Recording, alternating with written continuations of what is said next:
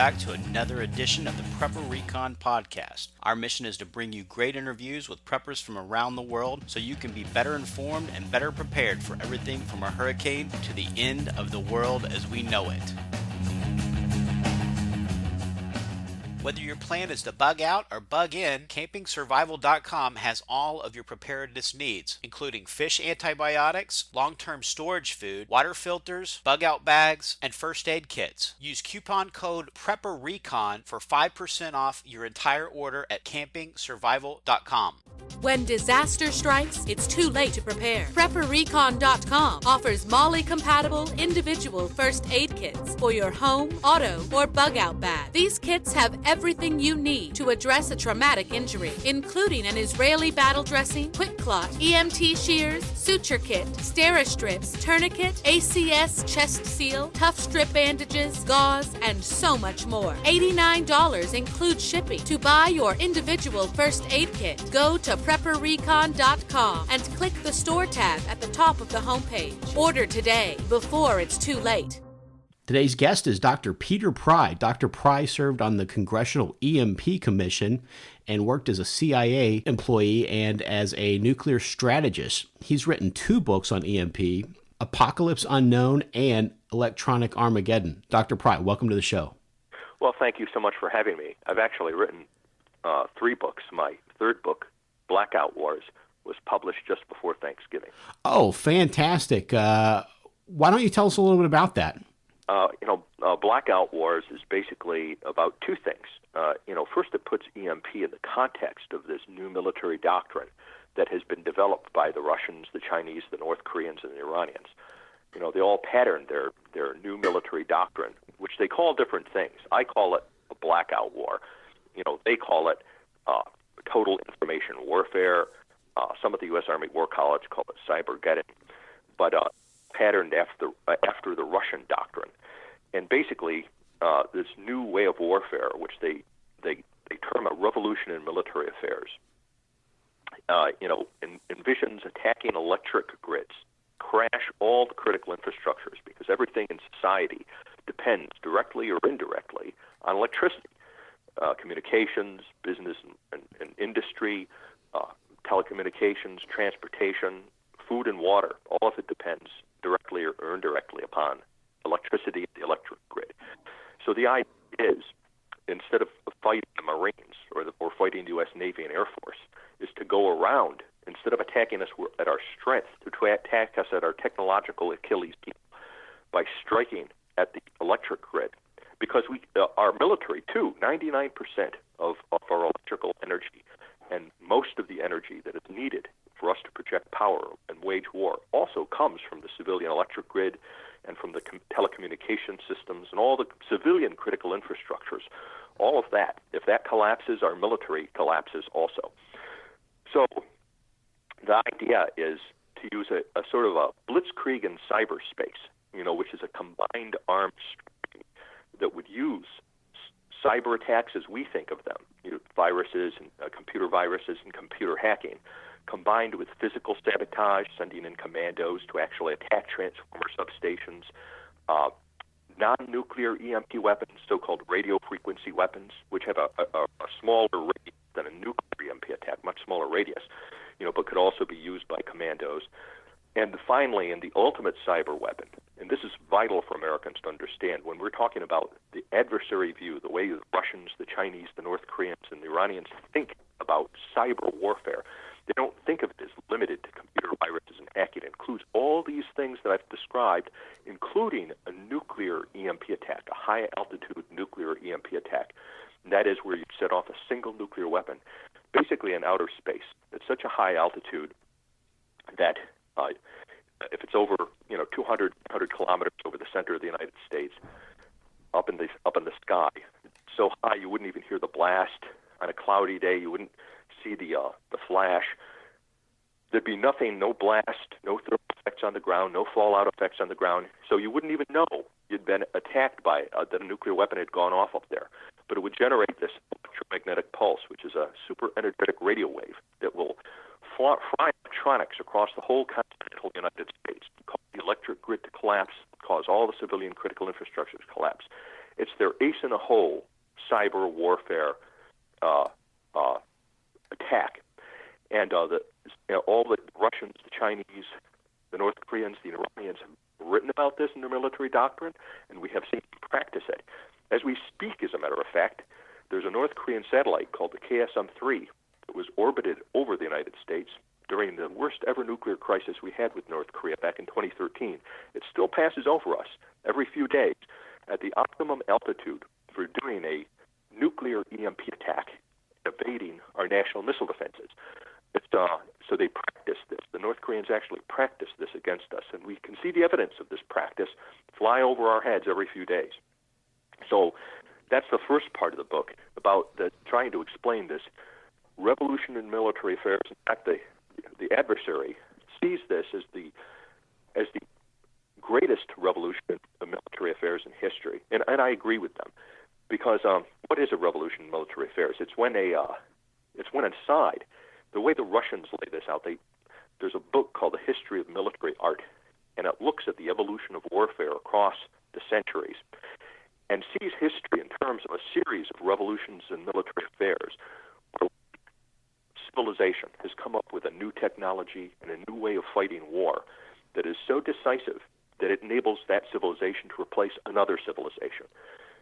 So the early city-states of Mesopotamia are replaced by the first empires like Egypt and the Persian Empire that figure out that you can, by using mass agriculture, you can raise massed armies and build new technologies. You've got enough wealth to build new technologies like chariots so that you can overwhelm these small city-states and turn them into the first empire. And they, in turn, are defeated by the Greeks under Alexander the Great, who comes up with the Macedonian phalanx and knows how to use cavalry in ways that nobody else had thought of before, and has also got a military genius at its head, which eclipses these early agricultural empires with the Hellenistic age. And so you have a period when Greek civilization dominates that because of this combination of a better strategy and better technology. The Greeks, in turn, are surpassed by the Roman legions that have the innovation of primitive field artillery, roads, and an economy, the kinds of cities that were supported by aqueduct systems that could support even bigger and more sophisticated armies, and on and on. The invention of gunpowder and cannon, causing feudal Europe to be replaced by the first monarchies, those in turn superseded by the rise of early republican and democratic systems like in Republican France. So Napoleon had at his disposal massed citizen armies, so you could put into the field, instead of small professional armies, hundreds of thousands of people in a massed citizen army. The first scientific war, World War I, the use of machine guns, barbed wire and trenches, chemical warfare, where you basically harnessed the industrial and scientific base of a society, to create a new revolution in military affairs, which destroys the Victorian civilization and replaces it with these new, very threatening civilizations in the Soviet Union, Nazi Germany. Nazi Germany is one of the most famous revolutions in military affairs, where they come up with the Blitzkrieg, the idea of using tanks and fast-moving infantry, mobile artillery, and air power in combination in a way that nobody else had conceived before. Whereas the Western democracies were still thinking of World War I and fighting trench warfare. And this innovative use of technology and strategy enables them to almost conquer the world. But they're stopped from doing it because the Allies have to figure out, with the lives of their soldiers at great cost, how to fight a better blitzkrieg in the deserts of North Africa and the Russian front. And so our civilization is saved from being defeated in this revolution in military affairs. Then the nuclear missile age, the invention of nuclear weapons. The Soviet Union saw itself, and in the revolution, in this book I'm speaking of, The History of Military Art, they predicted that they were going to win that latest revolution in military affairs because they believed you could fight and win a nuclear war. Fortunately, they turned out to be wrong, and we managed to outthink them on the nuclear chessboard and come up with ways of deterring the Soviet Union until it collapsed of its own weight. But now, the next chapter, it's actually the book that follows the Revolution Military Affairs textbook that's taught in the Russian Vorshilov Academy, is a book called No Contact Wars. This book postulates this new greatest revolution in military affairs. And why is it the greatest revolution?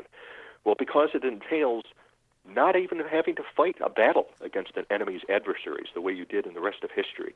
You go after the most vulnerable part of society, the technological Achilles heel, which will enable you to collapse a whole civilization without actually fighting a battle, by going after the electric grid, by these various means that I described earlier: computer viruses, physical sabotage, and nuclear EMP attack. You can achieve this victory and replace one civilization with another with a very small number of people. It doesn't take that many people to do the computer virus attacks, handful of saboteurs to go after the electric grid. The U.S. Federal Energy Regulatory Commission did a report that said of just 9 key transformer substations, if you could figure out which 9 key transformer substations out of 2,000 to attack, you could collapse the whole U.S. electric grid for 18 months, which would end up killing most of the American population. And then, of course, the nuclear EMP attack, which is the ultimate threat. You only need one bomb. You could deliver that. You don't need a sophisticated bomb. It could be any kind of a nuclear weapon. It could be delivered. It doesn't need a sophisticated delivery system. Using a Scud missile or a medium-range missile launched off a freighter, you could reach the center of the United States.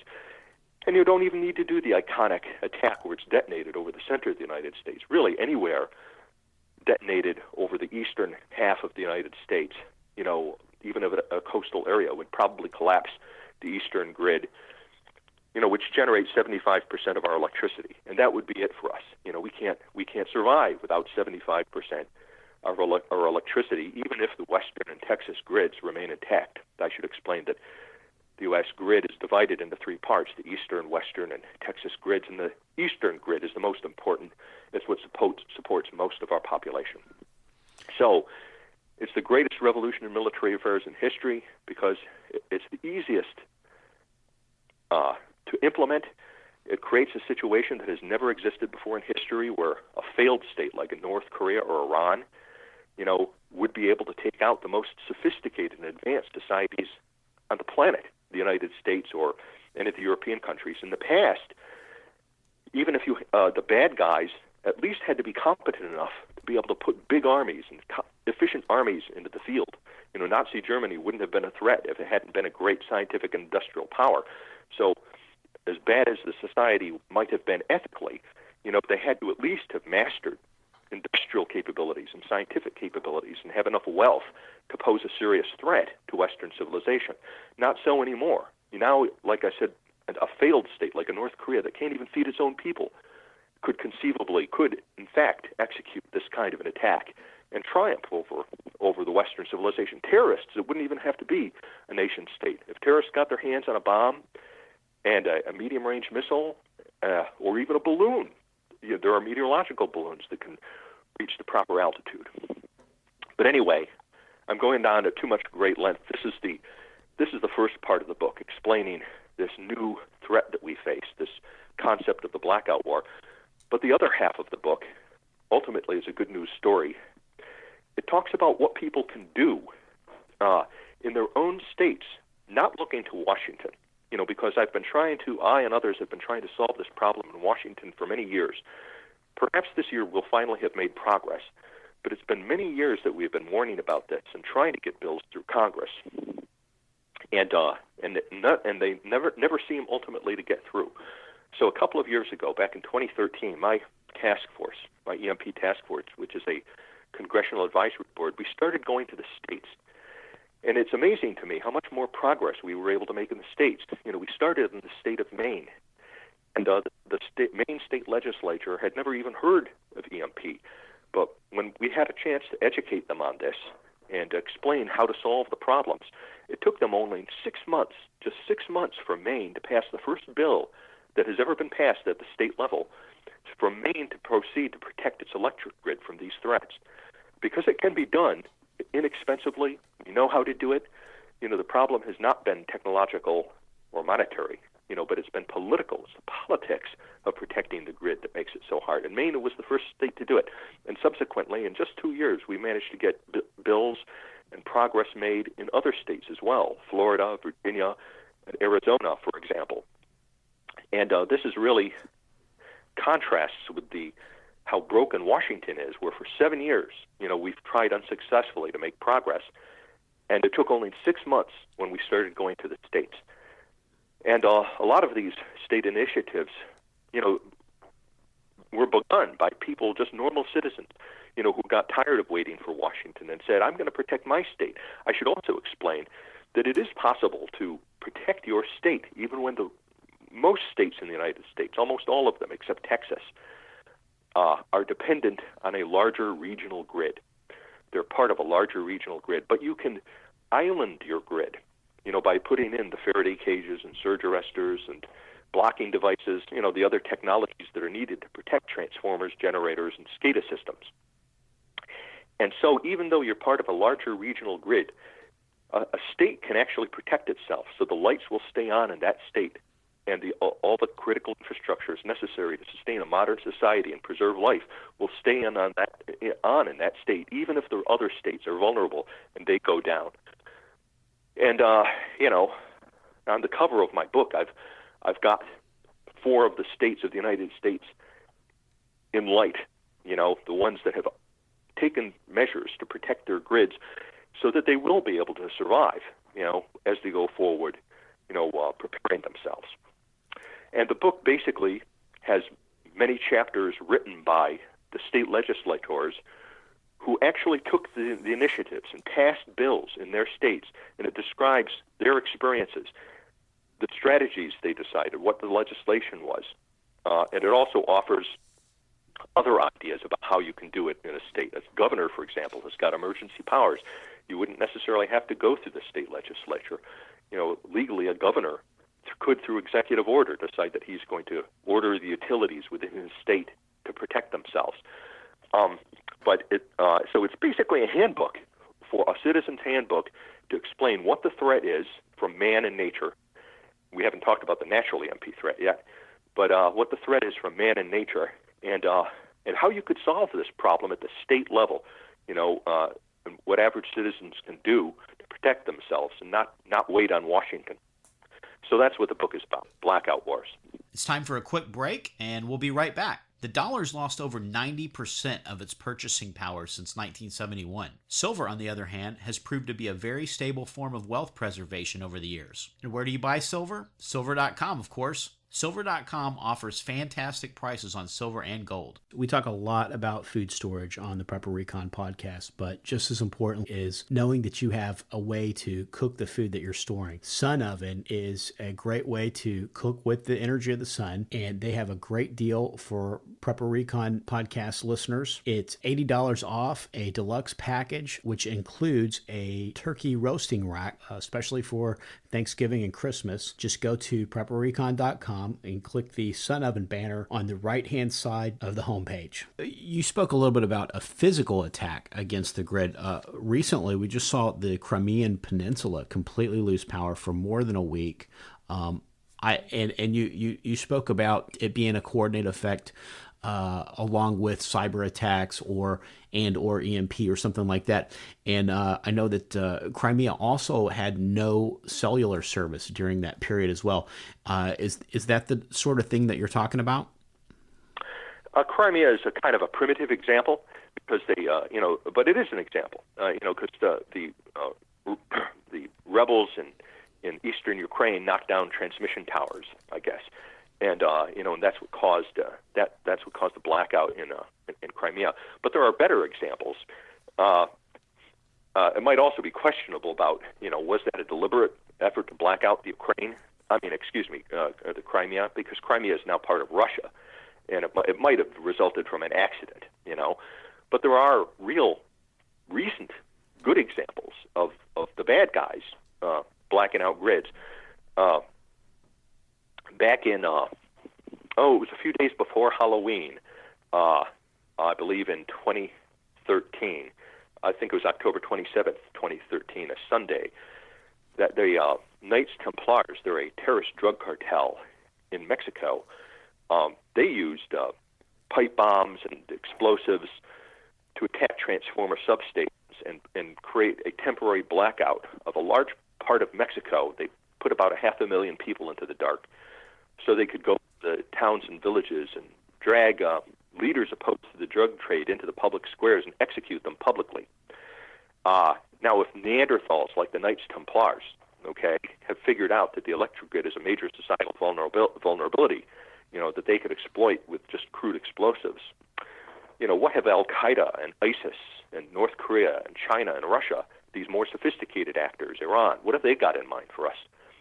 That example was followed in June 2014, 9th of June in 2014, when most of the media, this was little reported on the press, because everybody was focused on ISIS, which was then, a new terrifying phenomenon, still a terrifying phenomenon, but it was new on the scene. It was taking over northern Iraq in a startling way. Well, while that was happening, Al-Qaeda in the Arabian Peninsula knocked down transmission towers. They used rocket-propelled grenade launchers and mortars to knock down transmission towers and put the whole nation of Yemen into a temporary blackout. That was something like 18 cities and 20 million people, put into the dark. And it had real consequences. I mean, it wasn't just an inconvenience because it helped destabilize the Yemen government, which then fell. And the Yemen government has been taken over by terrorists friendly to Iran. So Yemen had been one of the most important U.S. allies, and geostrategically it's very important because of its location on the Red Sea, along one of the areas for oil shipments. And, they had been a staunch U.S. ally, and no more. They're gone. They're no longer a U.S. ally. And this blackout war that was conducted to them played an important role in undermining that government and leading to their collapse. Earlier this year, I believe it was the 20th of January of this year, a terrorist group blacked out 80% of Pakistan by using, again, physical attacks against transmission towers. And Pakistan is a nuclear weapons state. Turkey, I think it was in March of this year, was blacked out allegedly, according to reports, by a cyber attack by Iran. So we've actually had real. Everybody knows about all the cyber attacks that have been made against U.S. information systems. Tens of millions of federal employees having their personal information compromised by attacks from China. People need to put this into the context of the blackout war idea. When that sort of thing happens, these raids by China and North Korea, attacks by the Russians on our information systems, they shouldn't be seen as just an inconvenience. They are the tip of the spear. I think they're experiments. They're experiments. They're testing how good our defenses are, and they're also testing our reactions. And I think neither have been very good. They learn over and over again that our defenses are not very good, and they're able to get in to our cyberspace, by means of their cyber offensive capabilities. And then when we react, our reaction is extremely confused. I mean, there's a furious newspaper headlines. Congress gets upset. The White House declares that it's going to do something, and then ultimately nothing happens. Nothing is really done to improve that vulnerability, to protect that vulnerability. And we don't even retaliate. And so we're teaching the bad guys they can get away with this lower level of violence through the blackout war. And I think it's an extremely ominous sign when these things happen, because now let's go back to the German Blitzkrieg of World War II, that used that combined armor, air power, and fast mobile infantry, to overwhelm the adversary. Part of the German Blitzkrieg operation, part of their strategy, they had a motorcycle corps that would go way out in front of the armored divisions.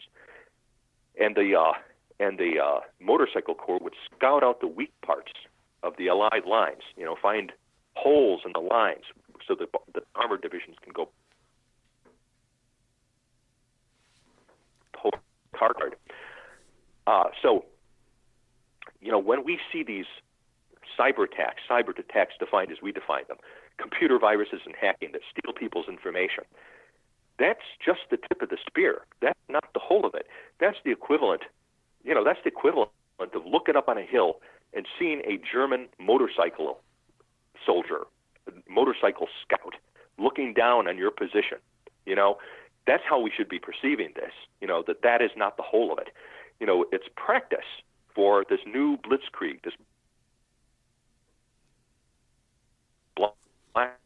on such a large scale against the United States, perhaps under this president that hasn't shown great will, in terms of protecting our national security interests. This guy thinks that climate change is the biggest threat to our national security.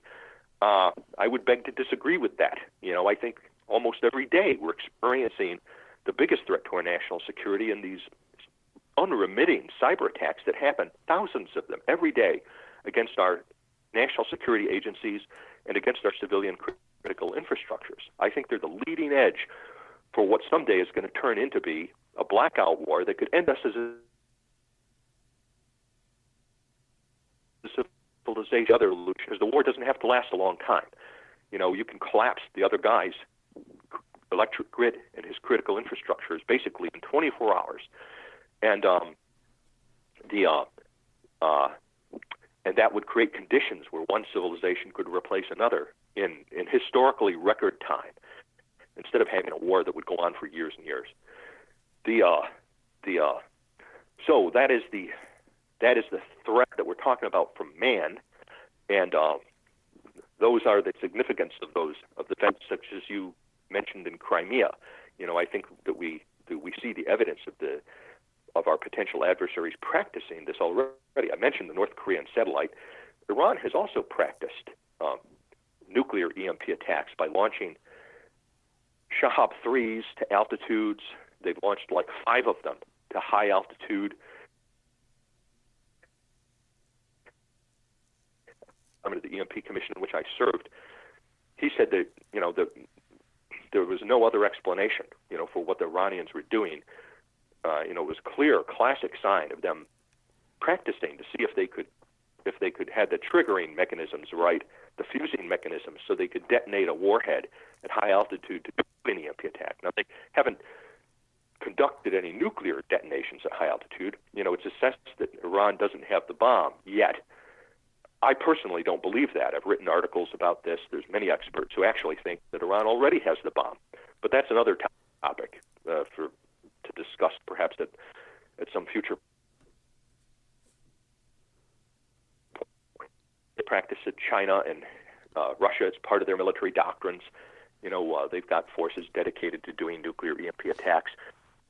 All of these things in combination, they've practiced, just like the Germans used to practice their blitzkrieg. In fact, that's another reason to be concerned about these cyber attacks we're experiencing, because, before World War II, Nazi Germany practiced with its blitzkrieg. During the Spanish Civil War, they conducted exercises and they actually participated in the Spanish Civil War in a low-profile way, not dramatic enough to raise the alarm of anybody but Winston Churchill and the small number of advisors that surrounded him. I mean, Churchill and a handful of guys in the West, handful of generals and military specialists, saw what was coming with the blitzkrieg, but there were too few of them. And they were dismissed by the elites at the time as being alarmists and not knowing what they were talking about. Until the blitzkrieg happened, and the Western civilization nearly fell to it and proved that they were right. I think we're in a similar situation now, where we're sort of in the period 1936 to 39, where the bad guys are experimenting with the blackout war right now in a low-profile way to see how vulnerable we are, to see how we react to it, to set us up for 0 hour, when it finally comes.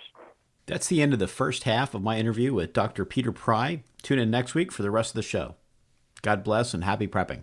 In the days of Noah, Book 3, Perdition, a global empire arises like a phoenix from the ashes of the world that was. The emerging order is unified by a new global currency and a single world religion, which are mandated by an imposed UN treaty. In the interest of unity and peace, a zero-tolerance policy for dissenters is enacted and strictly enforced. Hunted down like common criminals for daring to resist the state, Noah Parker's group will have to rely on faith and wits us to endure the powers of darkness which are quickly consuming the earth. Buy your copy of The Days of Noah, Book 3, Perdition, by best-selling author Mark Goodwin in paperback, Kindle, or audio edition from Amazon.com today.